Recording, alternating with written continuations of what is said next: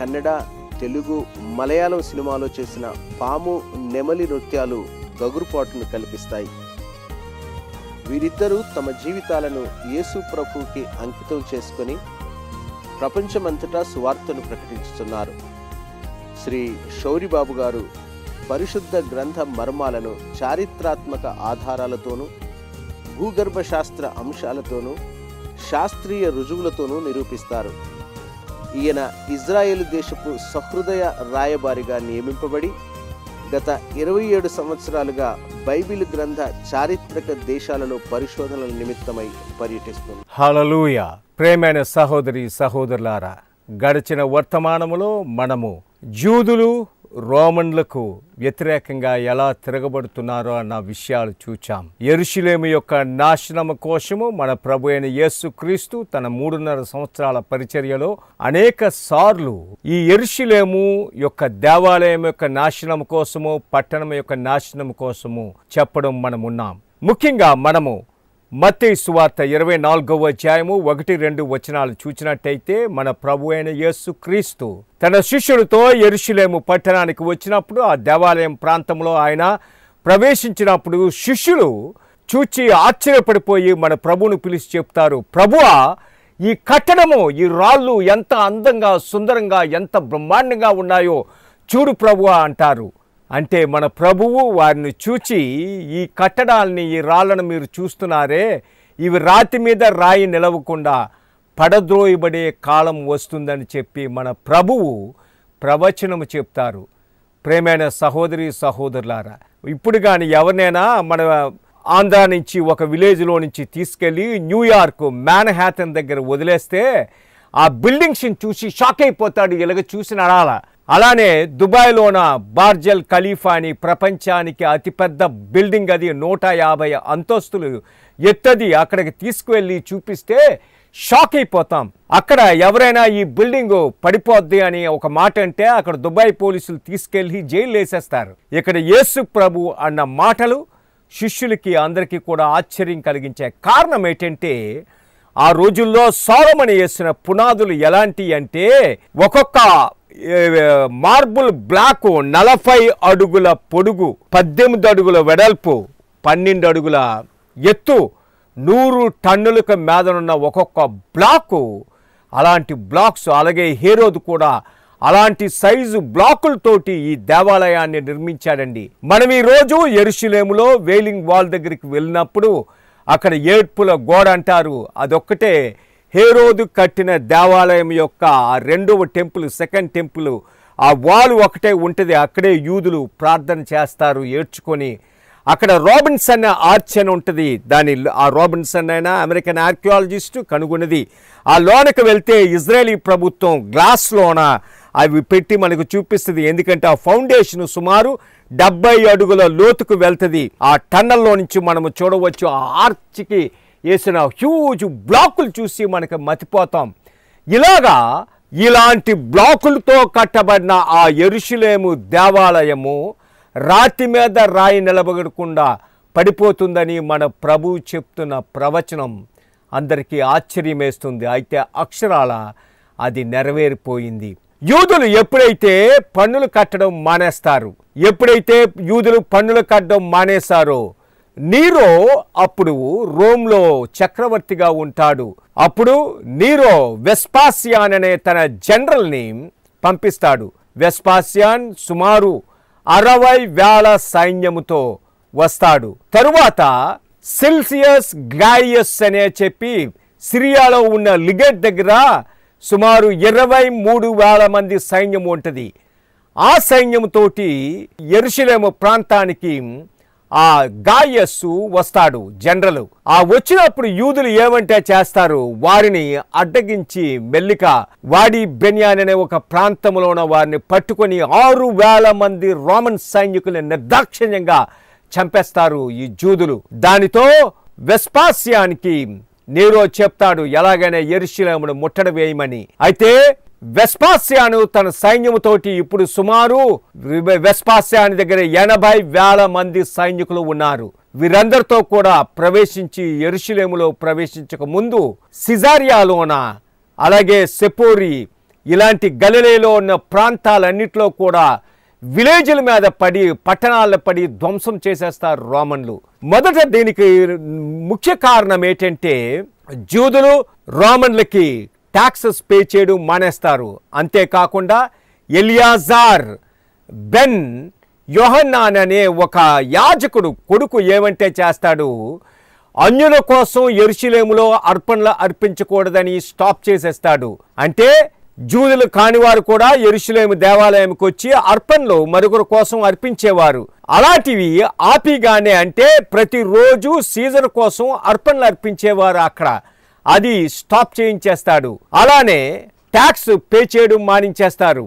అంతేకాకుండా సిజారియాలోన, ఎక్కడైతే Roman capital సిజారియా, రోమన్లో అక్కడే ఉండేవారు గవర్నర్సు, 20,000 మంది జూదులని రోమన్లు గ్రీకులు కలిపి నిర్దాక్షిణ్యంగా మర్డర్ చేసేస్తారు. అది ఆ సమాచారం యెరూషలేములో తెలియగానే పెద్ద అప్రోరు, రాయిటింగు లెగిచిపోతుంది. అప్పుడే జూయిష్ చరిత్రకారుడు యోసెఫాస్, ఫ్లావియస్ యోసెఫాస్, అతని ఒరిజినల్ పేరు జోసెఫస్ మతాయ్, ఆయన రోమ్లో చదువుకున్నవాడు, రోమన్లకు బాగా నిలవైనవాడు. అయితే అతడు గలిలయలో గవర్నర్గా ఉన్నప్పుడు అతను కూడా తిరుగుబడిదాలతో కలిసి రోమ్ మీద తిరగబడతాడు. అయితే ఈ రోమన్లు ఆ సపోరి, గలలే, ఈ ప్రాంతాలన్నీ కూడా, నజరేతు, ఈ ప్రాంతాలన్నీ కూడా నాశనము చేసి ఈ జోసెఫాస్ని బందీగా పట్టుకుంటారు. పట్టుకున్నప్పుడు జోసెఫాస్ని సిజారియాకి తీసుకొని వచ్చినప్పుడు వెస్పాసియాని ముందు ఒక ప్రవచనం చెప్తాడు. నువ్వు మామూలుగా జనరల్ కాదు కానీ ఈ రోమ్ సామ్రాజ్యానికి సీజర్ అవుతావు, నువ్వు మాకే కాదు కానీ ప్రపంచ దేశాలన్నింటినీ కూడా నువ్వు వేలుతావు అని చెప్పి ఒక ప్రవచనంలాగా చెప్తాడు. అందుకే జోసెఫాస్ని తన పర్సనల్ సెక్రటరీగా హిస్టరీ రాయడానికి పెట్టుకుంటాడు. ఫ్లావియస్ అనే పేరు మార్చుకొని అప్పటి నుంచి కూడా అతను రాసిన చరిత్ర గ్రంథాలు ఇప్పటికి కూడా మనకి ఆధారము, ఏం జరిగిందని జూదుల కోసం తెలుసుకోవడానికి. ప్రేమైన సహోదరి సహోదరులారా, జూదుల్లోన మ్యాన్హెమ్ అనే ఒక నాయకుడు, జలోతుల నాయకుడు తిరగబడతాడు. తిరగబడి యెరూషలేముకి 23,000 మందితో వచ్చి ఆక్యుపై చేసుకుంటాడు. అలానే ఇక్కడ జూదుల్లో కూడా గిష్కాల్ జ్వానేస్ అనే యోహన్నాన్ గిష్కాల్ అనేవాడు కూడా టెంపుల్ని క్యాప్చర్ చేయడానికి వాడి గ్రూపు 8,500 మందితో వాడు టెంపుల్ని క్యాప్చర్ చేస్తాడు. ఈ సమయంలో ఎప్పుడైతే వెస్పాసియాను సైన్యంతో రావడానికి క్యాప్చర్ చేయడానికి ఉన్నాడో అక్కడ నీరో ఆత్మహత్య చేసుకుంటాడు.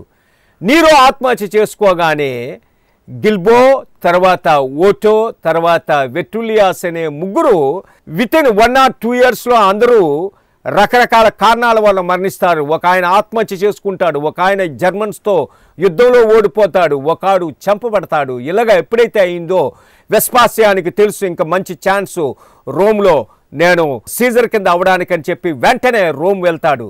అయితే ఇక్కడ జోసెఫాస్ చెప్పిన ప్రవచనం ప్రకారము వెస్పాసియాను రోమన్ సామ్రాజ్యానికి అధిపతిగా అవుతాడు.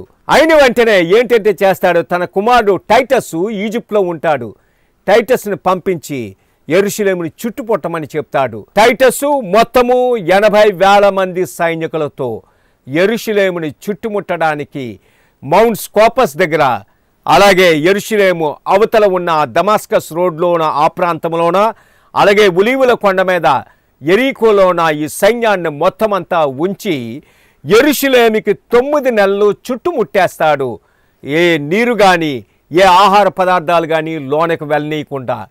ప్రేమైన సహోదరి సహోదరులారా, నవంబర్ 13వ తారీఖున క్రీస్తు శకం 69వ సంవత్సరాన టైటస్ 80,000 మంది రోమన్ సైనికులతో, ముఖ్యంగా 11th లీజియను, 3rd లీజియను, 10th లీజియను మహా బ్యాటిల్ యుద్ధాల్లో ఆరితేరిన సైన్యం ఇది 10th లీజియన్ అదిని, వీళ్ళందరితో కూడా యెరూషలేముని చుట్టుముట్టేస్తారు. అప్పుడు యెరూషలేములో పట్టణములో ఉన్న జనాభా సుమారు 12 లక్షల మంది.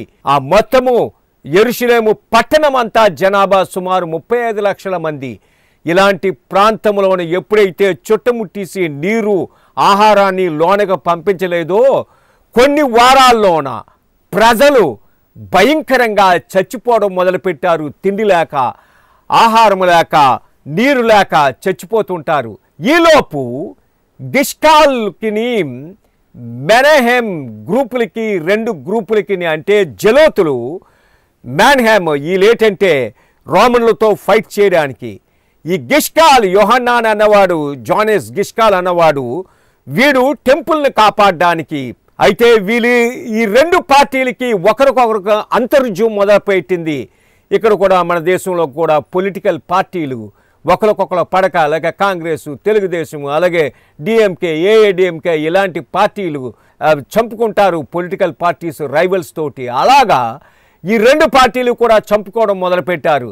వీరి వల్ల అనేక మంది మరణించడం వల్ల పాతిపెట్టడానికి లేక ఆ శవాలు రోడ్ల మీద కుళ్ళిపోయి మహా దుర్గంధంతో ఆ జబ్బులు, డిసీజెస్ స్ప్రెడ్ అయిపోతుండేవి. అయితే లోన జనాలు తాళలేక, ఆ బాధలు భరించలేక ఏమంటే చేసేవారు, గోడలు ఎక్కి, యెరూషలేము యొక్క గోడలు సుమారు 35 అడుగుల ఎత్తు ఆ గోడలు ఎత్తి గెంతీసి పారిపోదాం అనుకుంటారు. అయితే టైటస్ ఏమంటే చేస్తాడు, గోడల చుట్టూ మరొక 30 అడుగుల లోతు కందకాన్ని తవ్వుతాడు. అంటే ఎవడైనా గెంతితే 65 అడుగుల లోతుకు పడిపోతాడు, కాళ్ళు చేతులు విరిగిపోతాయి. కొంతమంది అక్కడికక్కడే చచ్చిపోతుండేవారు. ఈ రోమన్లు చచ్చిపోతున్న వాళ్ళని అలాగ వదిలేసి ఎవరైతే కాళ్ళు చేతులు విరిగిపోయి బతుకున్నాడో వాడిని తీసుకొచ్చి గోడల మీద సిలువేసేసేవారు. అది చూసి లోనున్న ప్రజలు జడిసిపోతుండేవారు. అంతేకాకుండా ముఖ్యంగా రోమన్ సైనికులందరూ కూడా ఈ అరబ్ దేశాల నుంచి, సిరియా, ఇరాకు ఇలాంటి దేశాల నుంచి జాయిన్ అయిన వ్యక్తులు, టర్కీ ఇలాంటి దేశాల నుంచి వీరేంటంటే చేసేవారు, ఎవరైతే జూదులు పారిపోతుంటారో ఈ యెరూషలేము గేట్లలో నుంచి వారిని పట్టుకొని పొట్టలు కోసేసేవారు. ఎందుకంటే బంగారం అది మింగేసి పారిపోతున్నారేమో అని ఆ పొట్టల్ని ఇచ్చేయడానికి. ఇలాగా ఒకే రాత్రిలోన సుమారు 1,20,000 శవాల్ని ఆ యెరూషలేము డంగ గేటు, ఇప్పుడు ఆ డంగ గేట్లో నుంచే మనం వేలింగ్ వాల్కి వెళ్ళాలి, ఆ గేట్లో నుంచి శవాల్ని పైకి పారేస్తారు. ప్రేమైన సహోదరి సహోదరులారా, ఈ సిరియన్లు, అరబులను పైన పారిపోతున్న వారిని 2,500 మందిని ఒకే రాత్రి పట్టుకొని కడుపులు కోసేసిన సంఘటనలు ఉన్నాయి. ఇక్కడ భయంకరమైన పరిస్థితి ఎలాంటిదంటే, తిండి లేకుండా యెరూషలేములో తల్లులు పుట్టిన పిల్లల్ని, పసికందుల్ని చంపి వండుకొని తినేసిన పరిస్థితి ఏర్పడింది. ఎంత భయంకరమైన పరిస్థితి! 9 నెలలు రోమన్లు మొత్తము పట్టణానికి చుట్టుముట్టుడి వేచేస్తారు. అయితే ఈ జూదులు, జలోతులు, మెనహెమ్ గ్రూపు, అలాగే గిష్కాల్ యోహాన్ గ్రూపు, ఈ 2 గ్రూపులు కూడా ఏంటంటే చేస్తాయి, మరుగుచున్న ఆ నూనెని పట్టుకొని రోమన్ల మీద, ఆ గోడ కింద ఉన్న రోమన్ల మీద పోయడం మొదలు పెడతారు. టైటస్ ఏమంటే చేస్తాడు, వీలు కానీ ఇది మొత్తం క్యాప్చర్ చేస్తున్నారు కాబట్టి ఆ ఫోర్ట్రెస్ ఆఫ్ అంటోనియాని ఉపయోగించి వీరి మీదే అటాక్ చేస్తారని చెప్పి మొదట టైటస్ ఆ ఫోర్ట్రెస్ ఆఫ్ అంటోనియా, అదే యాక్చువల్గా రోమన్ గవర్నర్లు ఉండేది, దాన్నే డిస్ట్రాయ్ చేయించేస్తాడు, పూర్తిగా నాశనం చేయించేస్తాడు. ఇప్పుడు ఈరోజు మనం చూసినట్టయితే ఆ స్థలంలో సిస్టర్స్ ఆఫ్ జియోన్ కాన్వెంట్ ఎకోహోమో అని అది ఉంటుంది. అక్కడే మన ప్రభు అయిన యేసుక్రీస్తు భుజం మీద సిలువ పెట్టి ఆయన సిలువ ప్రయాణం సాగించిన ప్రాంతము అదే. అలానే ఇక్కడ జూదులు ఎప్పుడైతే మరుగుచున్న నూనెను మేదన రోమన్ సైనికుల మీద పొయ్యడం మొదలు పెడతారో వెంటనే టైటస్ చెప్తాడు, సీజ్ ఇంజన్లని, బ్యాటరింగ్ ర్యామ్స్ని ఇవన్నిటిని తీసుకొని వచ్చి యెరూషలేము యొక్క గోడలను బదలగొట్టమని. యెరూషలేము యొక్క గోడలు మహాభయంకరమైన చాలా స్ట్రాంగ్ అయిన గోడలు. రోమన్లు ఆ ఇంజిన్స్ని తీసుకొచ్చి గోడల్ని మహాఘోరంగా బదలగొడుతుంటారు. బదలగొట్టి లోన ప్రవేశిస్తారు. క్రీస్తు శకము 70వ సంవత్సరము ఆగస్టు 29వ తారీఖున రోమన్లు మొట్టమొదటిగా గోడలను బదలగొట్టి లోన ప్రవేశిస్తారు. లోన ప్రవేశించి కనిపించిన ప్రతి ఒక్కరిని నిర్దాక్షిణ్యంగా నరికి పారేస్తారు. ప్రేమైన సహోదరి సహోదరులారా, ఈ రోమన్లు ఒక ఇంట్లో ప్రవేశించినప్పుడు షాక్ అయిపోతారు. కారణం ఏంటంటే, ఒక తల్లి పుట్టిన బిడ్డను చంపి సగం వండుకొని ఆ సగం బిడ్డను అలా ఉంచింది మరుసటి రోజుకి తినడానికని. అది పరిస్థితి. రోమన్లు అదిరిపోతారు చూసి, పట్టణం యొక్క పరిస్థితి ఇదని. లోన ప్రవేశించిన 80,000 రోమన్ సైనికులు దొరికిన ప్రతి జూని వృద్ధాప్య ముసలివారు పిల్లవారు స్త్రీలు పురుషులను తారతమ్యం లేకుండా నరికి నరికి పారేస్తారు. యూదుల చరిత్రకారుడు యోసఫాసు ఏం చెప్తాడంటే యూదుల యొక్క రక్తము యెరూషలేము వీధుల్లో మోకాల వరకు ప్రాకిందని చెప్తాడు. అంటే సుమారు 2 అడుగులు ఎత్తు రక్తం యెరూషలేము వీధుల్లో పారుతుందట. రోమన్లు 11 లక్షల మంది జూదులని శుభ్రంగా నరికి నరికి పారేస్తారు. ప్రేమైన సహోదరి సహోదరులారా, టైటస్ యెరూషలేము దేవాలయం యొక్క అందాన్ని చూసి దాని మ్యాగ్నిఫిసెంట్ దాని కన్స్ట్రక్షన్ చూసి దాన్ని టచ్ చేయొద్దు, దాన్ని నాశనం చేయొద్దని చెప్తాడు.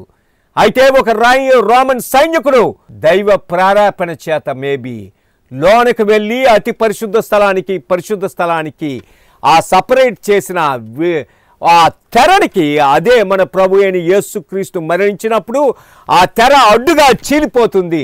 అదే తెరకి అగ్గి పెట్టేస్తాడు. అది ఎప్పుడైతే అగ్గిపెట్టడం మొదలుపెట్టిందో ఆ మొత్తము అంతా కాలిపోయి, ఆ సిల్క్ తెరలన్నీ కాలిపోయి, ఆ వుడ్ అంతా సీడార్ వుడ్తో చేసిన ఇది లోన పని అంతా బంగారము వెలుగుగల రత్నాలతో ఇది చేసింది. అందులోన మొత్తం అంతా తగలబడిపోవడం మొదలుపెట్టింది. ప్రేమైన సహోదరి సహోదరులారా, యెరూషలేము దేవాలయం సుమారు 2 వారాలు కాలడం మొదలుపెట్టింది. సెప్టెంబర్ 8వ తారీఖున క్రీస్తు శకము 70వ సంవత్సరంలో యెరూషలేము దేవాలయము కుప్పకూలిపోయింది. 80,000 మంది రోమన్ సైనికులు ఎంతో ప్రయత్నించారు ఆ దేవాలయాన్ని ఆర్పుదామని. అయితే ఆర్పలేకపోయారు. మన ప్రభు అయిన యేసుక్రీస్తు 40 సంవత్సరాలకు ముందు ఆ దేవాలయాన్ని చూసి చెప్పిన మాట మత్తయి సువార్త 24వ అధ్యాయం 35వ వచనంలో ఆయన చెప్పిన మాట అక్షరాల నెరవేరిపోయింది. తన శిష్యులతో ఆయన చెప్పినది మత్తయి సువార్త 24వ అధ్యాయము 1-2 వచనాల్లో, ఈ రాళ్లను మీరు చూస్తున్నారు కదా, రాతి మీద రాయి నిలబడకుండా పడద్రోయబడే దినము వస్తుందని. 40 అడుగుల పొడుగు, 18 అడుగుల వెడల్పు, 12 అడుగుల ఎత్తు, 100 టన్నుల బరువున్న బ్లాక్స్ ఎలాగా రాతి మీద రాయి లేకుండా పడిపోయేవంట కూలిపోయాయి. రోమన్ సైనికులు ఏమంటే చేశారు. ఎందుకంటే ఈ రోజుల్లాగా బ్యాంకింగ్ లాకర్సు, సేఫ్టీ లాకర్సు ఆ రోజుల్లో లేవు. ఎవరైనా డబ్బు దాచుకోవాలంటే వాళ్ళు భూముల్లో తవ్వి దాచుకోవడమో, గోడల్లో పెట్టి ప్లాస్టింగ్ చేయడమో ఇలాంటివి చేసేవారు. అయితే ఈ జూదులు ఎప్పుడైతే రోమన్లు యెరూషలేము దేవాలయాన్ని చుట్టుముట్టేశారో ఆ బంగారాన్ని, ఈ విలువగల రత్నాల్ని ఇవన్నీ కూడా ఈ గోడల మధ్య ఉన్న బ్లాకుల్లోనే పెట్టేస్తుండేవారు. ఈ ఎప్పుడైతే కాలిపోయి ఆ బంగారం కరిగిపోయి బ్లాకుల్లోకి వెళ్ళిపోయిందో ఈ రోమన్ సైనికులు 3 నెలలు 80,000 మంది రోమన్ సైనికులు గుణపాలు పార్లు పట్టుకొని ఈ పెద్ద పెద్ద బ్లాకుల్ని సపరేట్ చేస్తూ ఆ బంగారం దోచుకోవడం మొదలుపెట్టారు. ప్రేమైన సహోదరి సహోదరులారా, మన ప్రభువు చెప్పిన మాట రాతి మీద రాయి నిలవకుండా క్రింద పడదోపుందన్న మాట అక్షరాల నెరవేరిపోయింది. రోమన్లు 97,000 మంది జూదులని బందీలుగా బంధించి రోముకి బానిసలుగా తీసుకొని వెళ్ళిపోతారు. ప్రేమైన సహోదరి సహోదరులారా, ఈ దుర్భర పరిస్థితి కోసము సుమారు దీనికి ముందు 750 సంవత్సరాల ముందు యోషియా ప్రవక్త 63వ అధ్యాయము 1-6 వచనాలు మనము చూసినట్టయితే అక్షరాల నెరవేరిపోయినట్టు మనము చూస్తాం. ఈ బొస్రా నుంచి వచ్చుచున్న ఇతడెవడు, ఇతడి వస్త్రము డాగులుగా ఉన్నదేమి, ఒంటరిగా ద్రాక్ష గానుగను తొక్కితిని, నా పగ తీర్చుకునే దినము నాకు వచ్చింది, ఒంటరిగా నేను తొక్కాను, నా వస్త్రాలన్నీ డాగులే, రౌద్రము కలిగి తొక్కివేశాను అని దేవుడు చెప్తున్నాడు.